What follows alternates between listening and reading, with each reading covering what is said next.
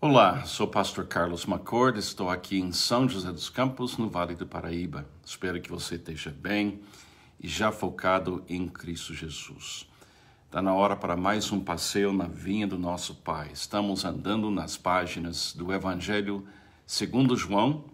Estamos em capítulo 17. Ontem começamos a ouvir essas palavras de Jesus quando ele começa a orar.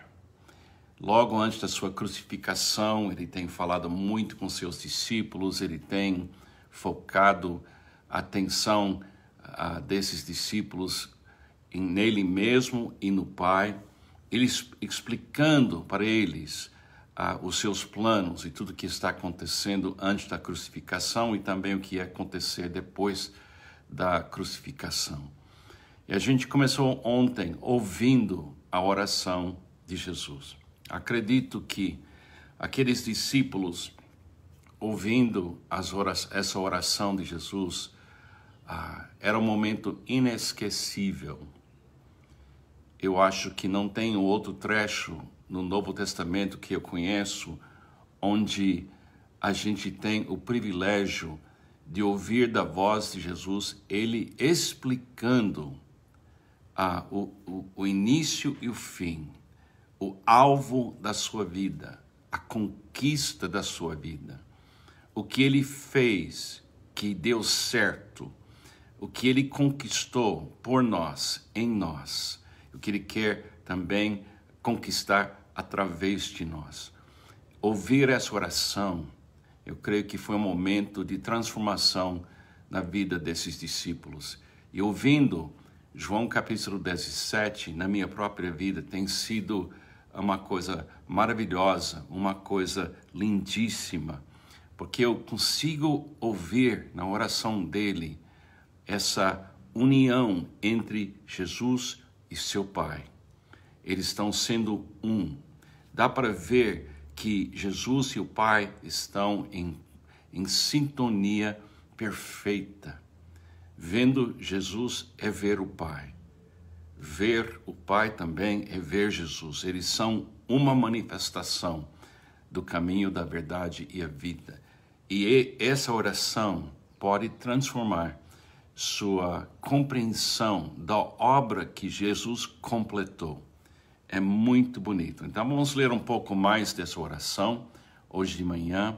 Se você não leu a primeira parte de João capítulo 17, depois leia. E porque cada pensamento está sendo construído em cima de um pensamento, outro pensamento, para a gente ter uma visão correta aqui. Jesus falando assim, orando, lembra-se que ele está orando. Eu revelei teu nome àqueles que do mundo me deste. Vamos voltar para isso daqui a pouco, falar mais. Eu revelei teu nome àqueles que do mundo me deste. Eles eram teus, tu os deste a mim, e eles têm obedecido a tua palavra. Agora eles sabem que tudo que me deste vem de ti, pois eu lhes transmiti as palavras que me deste, e eles aceitaram essas palavras. Eles reconheceram, de fato, que vim de ti, e creram que me enviaste. Eu rogo por eles, não estou rogando pelo mundo, mas por aqueles que me deste, pois são teus. Tudo que eu tenho é teu, e tudo que tens é meu. E eu tenho sido glorificado por meio deles. Não ficarei mais no mundo, mas eles ainda estão no mundo, e eu vou para ti, Pai Santo, protege-os em teu nome, o nome que me deste, para que sejam um, assim também como somos um. Enquanto estava com eles, eu os protegi e os guardei no nome que me deste. Nenhum deles se perdeu, a não ser aquele que estava destinado à perdição, para que se cumprisse a Escritura. Tem tanta coisa linda aqui nesse trecho, mas Jesus está orando, a gente está ouvindo E ele está falando o que foi que ele fez enquanto ele estava aqui. Primeira coisa, Jesus é a revelação do nome do Pai. Você lembra quando Jesus falou em Mateus capítulo 6, como a gente deveria orar? Ele falou assim, ora assim, Pai nosso que estás nos céus, santificado seja o teu nome. Venha o teu reino, seja feita a tua vontade. Nas Escrituras, o nome de uma pessoa deveria ser o nome que a pessoa usa, e quando a pessoa ouve o nome, ela já conhece o caráter da pessoa que tem aquele nome. Quando a gente fala Abraão, quando a gente fala Adão, quando a gente fala Eva, imediatamente nós que conhecemos a Bíblia e acreditamos na Bíblia, a gente já tem uma noção clara de quem é Abraão, quem foi Adão, quem foi Eva, quem é Jesus. Agora aí quando chega em Jesus, e você ouve Jesus dizendo, eu revelei teu nome àqueles que do mundo me deste. Ele está dizendo, eu mostrei perfeitamente o seu caráter, Pai. Você lembra que Jesus fala, quem me vê, vê o Pai. Quando eu falo, e eu falo continuamente, que devemos focar em Cristo, é porque Jesus revelou o caráter do Pai. Um autor que me influenciou muito disse assim, se Deus é como Jesus, então eu amo Deus. Entendeu? Jesus revelou para nós, em carne e osso, o caráter de Deus, que a gente nunca poderia ter compreendido plenamente sem Jesus revelar o nome dele. Então, uma parte da obra que Jesus fez, enquanto ele estava aqui, no meio dos seus discípulos, é que ele mostrou, dia após dia, todo dia com esses discípulos, o caráter, o coração, a perfeição do seu Pai. E o que aconteceu? Essas pessoas que Jesus estava liderando e mostrando para essas pessoas, os discípulos, a glória de Deus, o nome de Deus, ele diz assim, eles eram teus, tu os deste a mim, e eles têm obedecido a tua palavra. Olha aqui o plano do discipulado. Deus dá para Jesus pessoas desse mundo que pertencem ao Pai, porque o Pai é o Pai de toda a criação. Ele dá para seu filho e ele consegue revelar o caráter de Deus para eles. Aí ele dá as palavras, e as palavras de Jesus são as palavras do Pai. E as palavras representam a vontade do Pai. São os mandamentos do Pai. É uma revelação daquilo que Deus quer da humanidade, quer desses discípulos, quer de você e eu. E essa coisa tão linda, Pai, eu lhes transmiti as palavras que me deste, e eles as aceitaram. Isso é discipulado. Você aceita o que Jesus é? A revelação do Pai? Você aceita as palavras de Jesus como sendo as palavras da vida eterna, as palavras que libertam, as palavras que mostram que Deus quer? Isso é discipulado. Eles reconheceram de fato que vim de ti. Você já crê nisso? Isso é discipulado.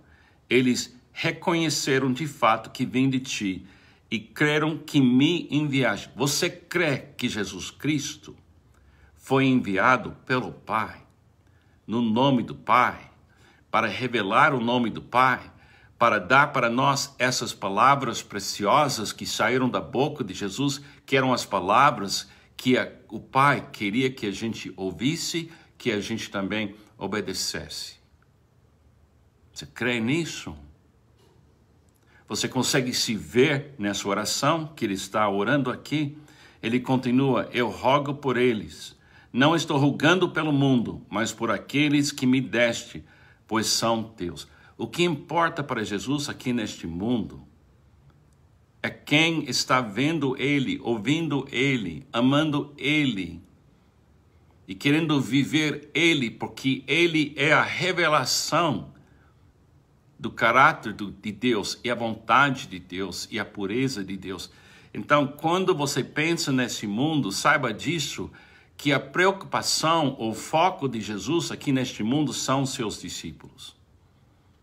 O que importa para ele é os discípulos que estão aqui, o seu corpo que está aqui, a igreja que está aqui. Estou falando de quem ouviu ele e acredita nele e de fato sabe que ele foi enviado. Ele continua: tudo que eu tenho é teu e tudo que tens é meu.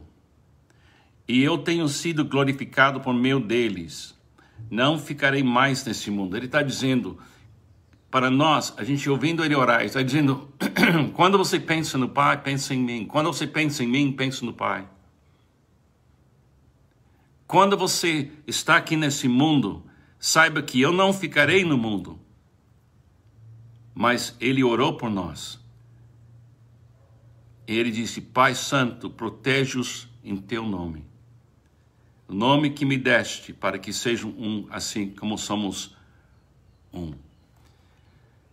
Se você ler várias vezes esse trecho que acabei de ler, versículo 6 até o versículo 12, não vai correndo rápido.